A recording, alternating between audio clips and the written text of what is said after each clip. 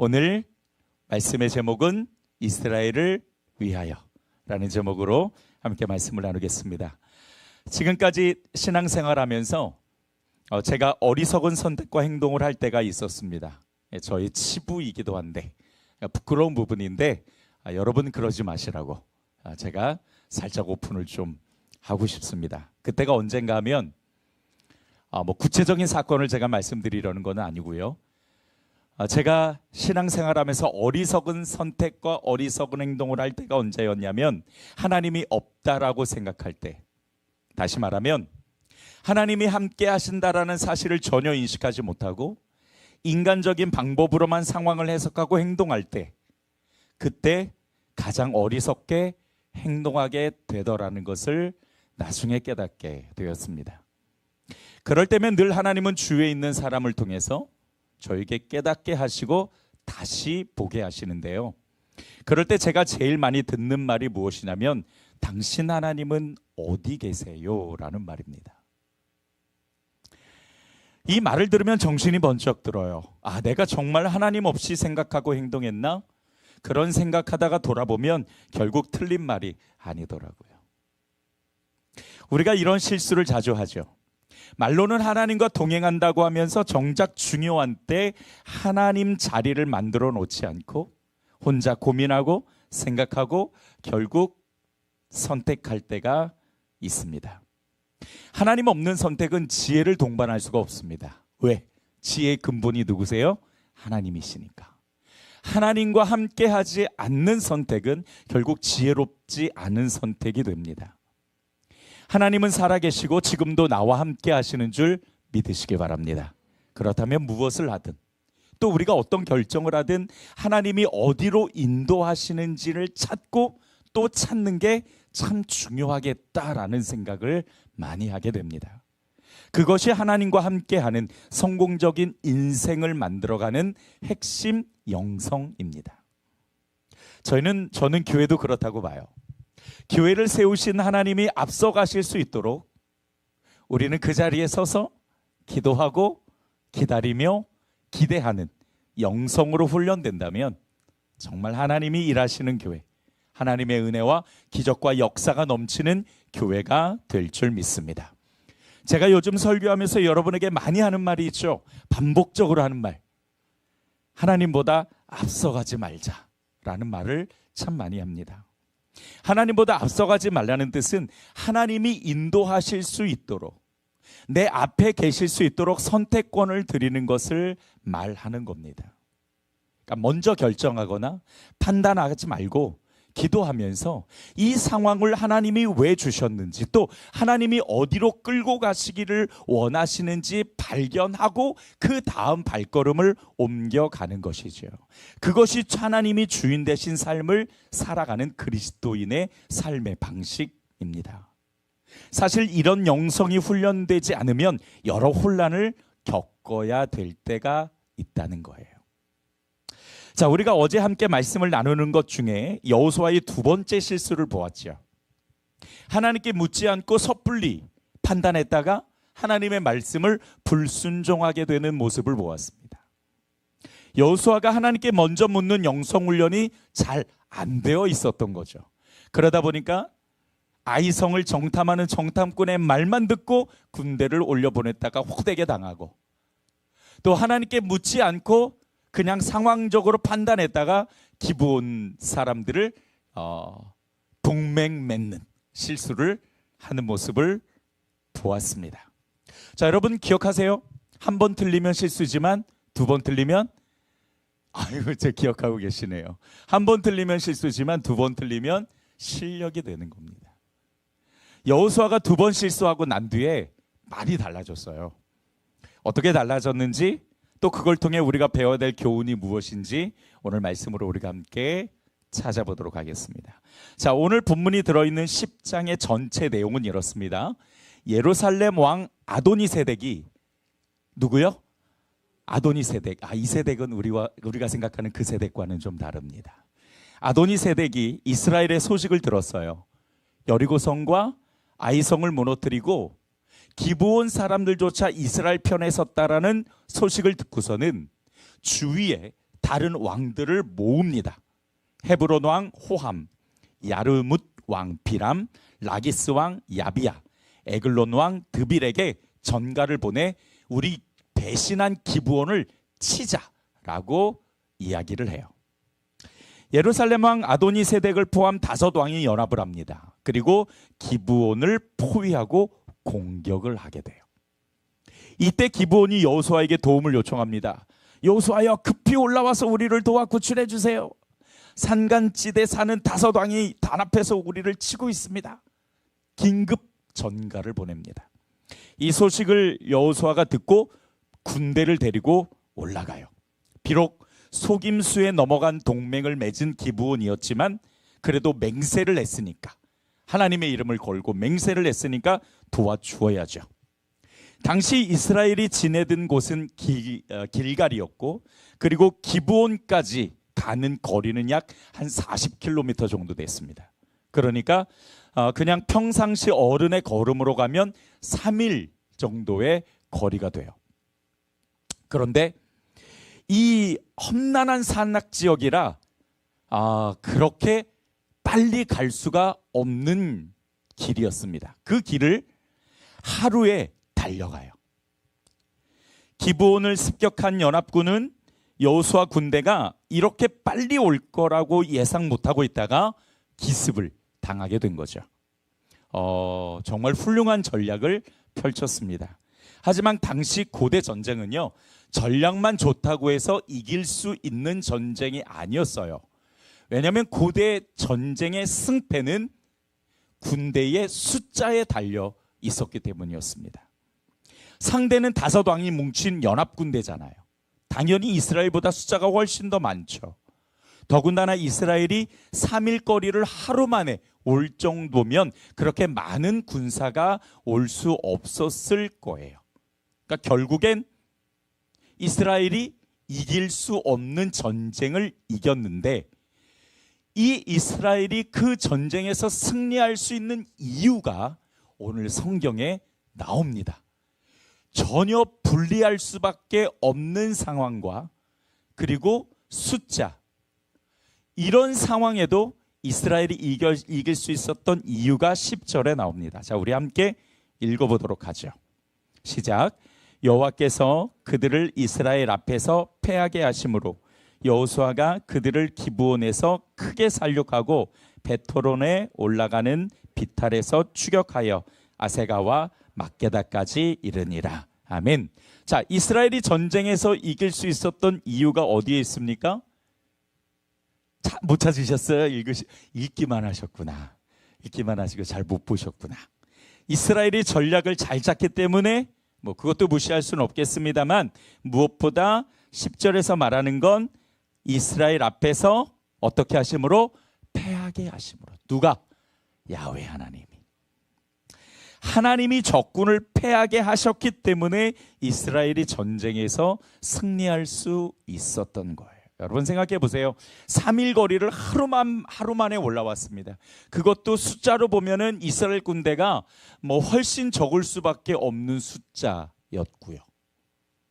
그런데 전쟁에서 승리했어요. 그러니까 이거는 사람이 상식적으로 생각할 수 있었던 승리의 요인이 아니라 전적으로 하나님이 그 전쟁을 승리하게 하셨기 때문이었습니다. 여러분, 저는 이스라엘 군대를 무시하고 폄하하려는 것이 아닙니다. 군사 숫자로 승패가 갈리는 고대 전쟁에서 아무리 전략이 좋아도 한계가 있는 건데 하나님이 함께 하셨다라는 걸 강조하고 싶은 거예요. 그뿐만 아닙니다. 이스라엘 군대가 다 처치하지 못한 부분은 하나님이 도와오셔서 처리를 해주세요. 자, 11절을 한번 보죠.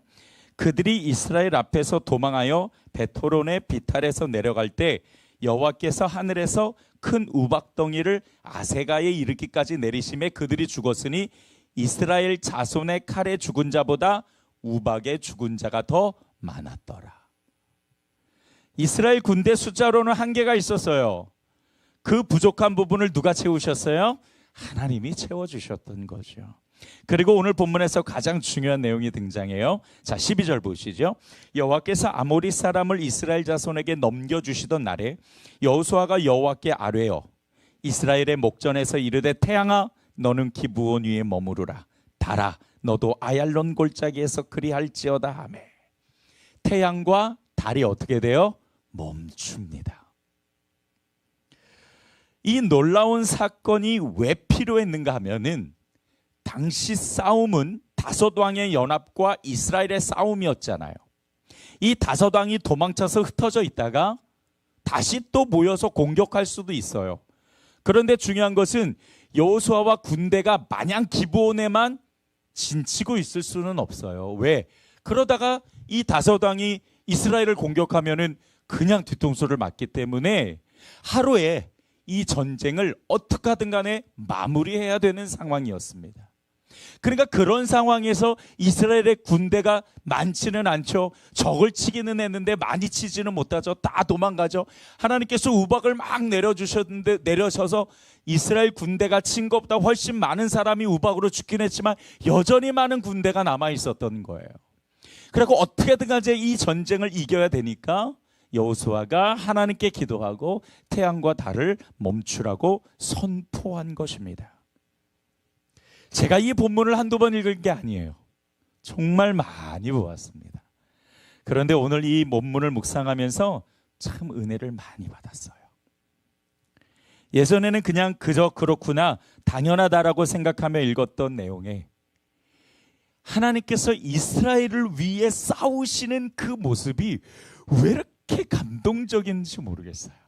아, 하나님이 나를 위해서도 이렇게 싸우시겠구나. 아, 하나님께서 우리 교회, 우리 성도들, 우리를 위해서도 이렇게 싸우시겠구나. 그런 생각이 드니까 가슴이 엄청 벅차오는 거예요. 어떻게 좀 벅차게 느껴지십니까? 맞아요, 여러분. 하나님이 우리를 위해서 싸우시면 승리하지 못할 일이 없는 줄 믿습니다. 하나님이 이스라엘을 위해 싸우시는 이 은혜가 왜 이스라엘에게만 있겠냐는 거예요. 우리에게도 분명히 있습니다. 그렇다면 우리가 이 은혜를 경험하기 위해 과연 우리는 무엇을 준비해야 되는 것일까? 여러분, 은혜는 그냥 거저 주시는 거지만 그러나 아무나 주시지 않더라고요. 성경에 보면 은혜 베풀 자에게 은혜를, 긍휼히 여길 자에게 긍휼을 베푸신다고 말씀하세요. 뿐만 아니라 이 은혜는 아무나 주시는 게 아니라 겸손한 자에게 주신다라고 말씀하셨을 때 은혜는 은혜의 그릇을 준비하는 자가 받을 수 있구나라는 깨달음을 얻게 돼요. 그러니까 가만히 있어서 마치 감람에서 감이 언제 떨어지나 입 벌리고 있는 것이 아니라 우리가 하나님이 은혜를 주실 때에 그 은혜를 받을 수 있는 그릇을 준비해야 되는 것이죠. 하나님이 우리를 위해서 싸우시는 놀라운 이 역사를 경험하기 위해서 과연 우리가 무엇을 준비해야 될까? 오늘 여호수아의 모습을 통해서 우리가 그 숨겨진 메시지를 함께 들여다보고자 합니다. 첫 번째로 실력을 쌓는 교회가 되어야 됩니다. 따라서 합시다. 실력을 쌓는 교회가 되자. 자, 어제 말씀과 오늘 말씀을 좀 연결해서 생각하셔도 좋을 것 같아요. 앞서 말씀드린 것처럼 우리는 어제 말씀에서 여호수아의 실력을 보았습니다. 한 번 실수는 실수지만 두 번 실수는 실력이에요. 그러니까 여호수아는 아직 영성이 없었습니다. 정확히 말하면 실력 없는 여호수아를 어제 우리가 봤죠. 하나님께 묻지 않고 섣불리 인간적으로 판단하는 바람에 아이성에서 깨지고 기브온과 잘못된 동맹을 맺어버리는 여호수아의 바로 그 모습, 실력 없는 그의 모습을 보았습니다. 그런데 오늘 본문에서는요, 실력을 꽤나 갖추었어요. 자, 8절 말씀으로 함께 좀 먼저 볼게요. 우리 같이 한번 읽어볼까요? 시작. 그때에 여호와께서 여호수아에게 이르시되 그들을 두려워하지 말라. 내가 그들을 내 손에 넘겨주었으니 그들 중에서 한 사람도 너를 당할 자 없으리라 하신지라. 여호수아가 기브온에 올라갈 때 하나님께서 여호수아에게 말씀하신 내용이에요. 8절에 그때에 라는 이 말은 7절에서 여호수아가 군대를 데리고 길갈에서 출발했을 때를 이야기하는 거예요. 자, 그렇다면 제가 여러분께 질문 한번 드릴게요. 여호수아가 군대를 데리고 기브온을 도우러 길갈에서 출발할 때 과연 여호수아는 기도하고 올라갔을까요? 그냥 막무가내로 올라갔을까요? 막무가내로 올라갔으면 하나님께서 여호수아를 도우셨을까요? 천만에요. 안 도우셨죠. 아이성에 하나님께 묻지 않고 올라갔을 때 하나님께서 그를 도우셨습니까? 안 도우셨어요. 하나도 안 도우셨어요. 그러니까 패할 전쟁이 아니었는데도 불구하고 패하고 내려왔죠. 만약 그냥 올라갔다면 하나님은 여전히 함께 하시지 않았을 거예요. 여호수아가 2번 실수 후에 아프게 배운 영성이잖아요. 여호수아가 아이성 정복을 실패한 후에 하나님께 엎드려 기도했을 때 그때 하나님께서 여호수아에게 이렇게 말씀하셨어요. 8장 1절을 보면 여호와께서 여호수아에게 이르시되 두려워하지 말라 놀라지 말라 군사를 다 거느리고 일어나 아이로 올라가라. 보라 내가 아이 왕과 그의 백성과 그의 성읍과 그의 땅을 다 내 손에 넘겨주었으니. 자, 하나님이 여호수아에게 이렇게 말씀하신 것, 비로소 여호수아가 하나님께 기도하고 뜻대로 순종했기 때문에 이 말씀을 주셨는데 이 말씀이 오늘 8절과 똑같은 내용으로 나옵니다. 두려워하지 마, 무서워하지 마, 그들을 너의 손에 내가 붙여줄게 라고 똑같은 말씀을 하세요. 자, 그렇다면 하나님이 여호수아를 격려하고 그의 손에 승리를 건네주셨다라는 건데 여호수아가 하나님의 뜻대로 순종하며 그의 뜻을 기도하고 따랐다라는 전제가 되는 겁니다. 다시 말해 여호수아의 선택과 행동이 하나님의 마음에 들었기 때문에, 하나님을 기쁘게 했기 때문에 하나님께서 그에게 연합군을 붙여주셨던 거죠. 자, 이걸 뒷받침해주는 또 다른 구절이 있어요. 12절을 한번 보죠. 우리 같이 한번 읽어보겠습니다. 시작. 여호와께서 아모리 사람을 이스라엘 자손에게 넘겨주시던 날에 여호수아가 여호와께 아뢰어 이스라엘의 목전에서 이르되 태양아 너는 기브온 위에 머무르라. 달아 너도 아얄론 골짜기에서 그리할지어다. 아멘 아멘 아멘. 여러분 발견하셨어요? 여호수아가 뭘 했어요? 또 읽기만 하셨구나. 네, 여호와께 아뢰어. 그렇죠, 바로 여기입니다. 하나님께 이 여호와께 아뢰어라는 이거는 하나님께 기도하고 외쳤다라는 뜻이에요.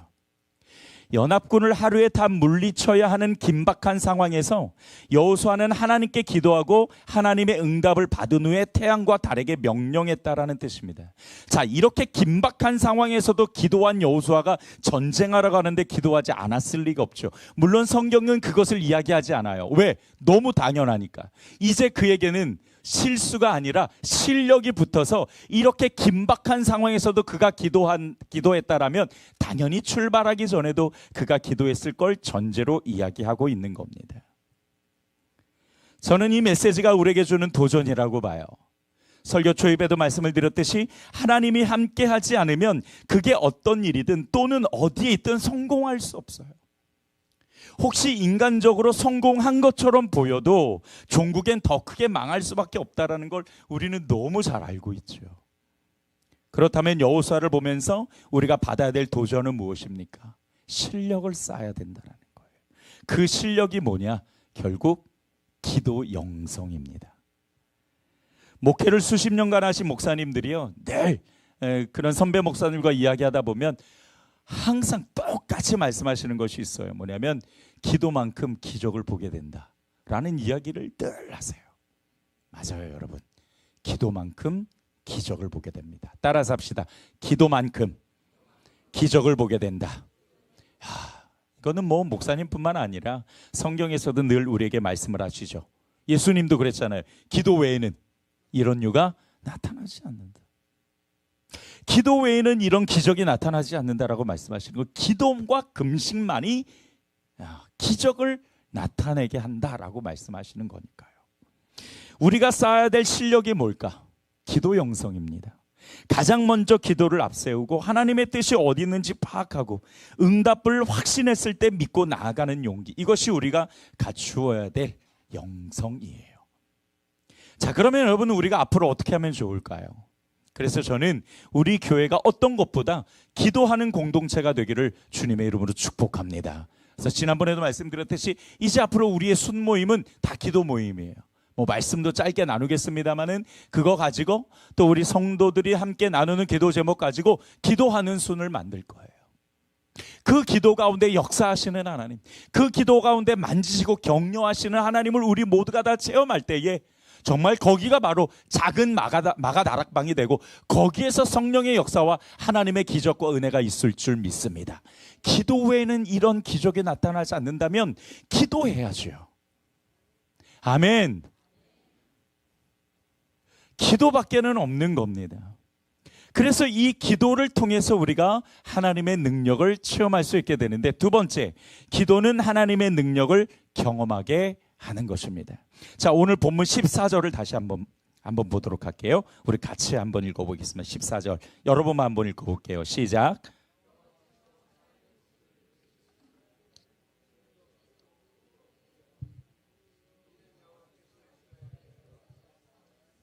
아멘. 좀 더 이해를 돕기 위해 제가 현대인의 성경을 읽어볼게요. 한 사람이 기도함으로 여호와께서 해와 달을 멈추신 이와 같은 날은 전에도 없었고 그 후에도 없었는데 이것은 여호와께서 이스라엘을 위해 싸우셨기 때문이었다. 한 사람이 기도함으로 하나님께서 자연의 법칙을 무시하시면서까지 여호수아의 기도를 들으셨다라는 내용이죠. 여러분, 한 사람의 기도가 이렇게까지 기적을 보여주신 적이 없다라는 거예요. 한 사람의 기도로. 이전에도 없었고 이후에도 없었다. 중요한 건 이런 하나님의 놀라운 역사가 뭐 때문에 나타났다? 기도 때문에 나타났다라는 거예요. 그 여호수아 한 사람의 기도로 하나님께서 이런 놀라운 역사를 베푸십니다. 여러분, 한 사람의 기도도 이렇게 놀라운 역사를 맛보게 하는데 오늘 이렇게 많은 기도자들이 모였어요. 멋있지 않아요? 하나도 안 멋있구나. 괜찮아요. 저만 멋있으면 됐지 뭘. 저는 참 여러분들이 멋있습니다.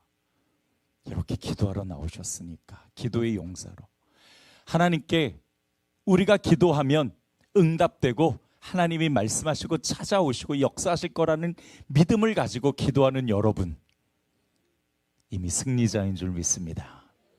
얼마나 멋있어요. 그냥 하는 얘기가 아니라 정말 멋있더라고요. 한 사람의 기도로 하나님께서 해와 달을 멈추시는데 이렇게 많은 분들이 모여서, 물론 더 많은 분들이 모이면 더 좋겠습니다만 그거는 뭐 나중 문제고, 오늘 이 자리에 모이신 우리 귀한 성도들 한 사람 한 사람의 기도가 하나님의 마음을 움직이고 하나님의 역사를 맛보게 할 줄 믿습니다. 자, 따라서 합시다. 하나님, 우리 기도를 응답하셔서 감사합니다. 그런 믿음으로 기도하시기를 바랍니다. 우리가 믿음으로 선포한 대로 하나님은 역사하실 거예요. 오늘 본문에서 정말 중요한 이 14절 내용은요, 가장 중요한 주제절이기도 한데 여기서 우리가 배워야 될 아주 중요한 영성은 이거예요. 여호수아가 기도하고 그 다음에 하나님의 응답을 가지고 선포하더라는 거죠. 그랬더니 하나님께서 그 선포에 따라 해와 달을 멈추시더라는 거예요. 따라서 합시다. 기도하고 선포하라. 네, 이것을 우리 꼭 기억하셨으면 좋겠어요. 그래서 우리가 선포해야 돼. 하나님은요, 우리가 말한 대로 이루실 줄 믿습니다. 성경에서 우리에게 말씀해 주시는 진리잖아요. 그러니까 우리가 기도하고 뭐 해라? 선포하라. 여러분들의 가정의 회복과 화목을 위해서, 여러분들의 병 고침을 위해서, 우리 교회를 위해서, 헌금을 위해서 우리가 기도하고 그리고 선포할 때에 하나님의 놀라운 역사가 일어나는 것입니다. 물론 우리가 믿음으로 선포한 대로 하나님은 반드시 역사하실 거지만, 우리 선포가 만약에 하나님의 뜻과 거리가 멀다면 뭐 아무런 효력도 일어나지 않겠죠. 기도하지 않고 그냥 무조건 내 마음대로 선포하는 건 그건 선포가 아니에요. 그건 객기지. 제가 예전에도 한번 말씀을 드렸죠. 제 아는 전사님이, 우리 김영민 전사님은 그러지 않지만 제가 아는 어느 전사님은 말뚝 보고 주여 여기에 싹이 날 줄 믿습니다 하루 종일 기도했는데 싹이 나요 안 나요? 안 나을 리가 없죠. 그렇게 기도했대잖아요. 그건 객기죠, 객기. 기도하고 주신 응답을 가지고 선포했을 때에 하나님께서 그 선포와 말씀으로 우리 가운데 역사하시는 거죠.